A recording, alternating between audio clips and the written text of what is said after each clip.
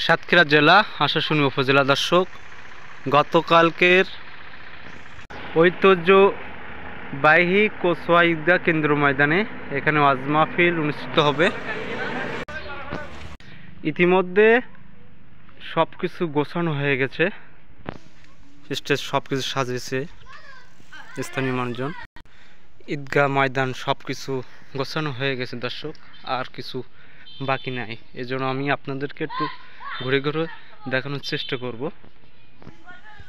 এটা হচ্ছে স্টেজ,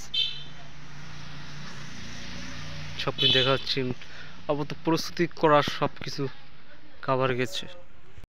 পাশাপাশি বলে যায় দর্শক মণ্ডলী, গতকালকের যে দুই হাফেজকে দুজনকে পাগড়ি পরানোর জন্য এজন্য তারা ওয়াজ মাহফিল পেয়েছে। সব কিছু গোছানো হয়ে গেছে।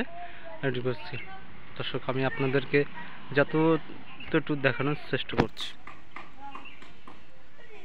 খুব সুন্দরভাবে কিন্তু কাপড় দিয়েছে, আমি আপনাদেরকে একটু দেখানোর।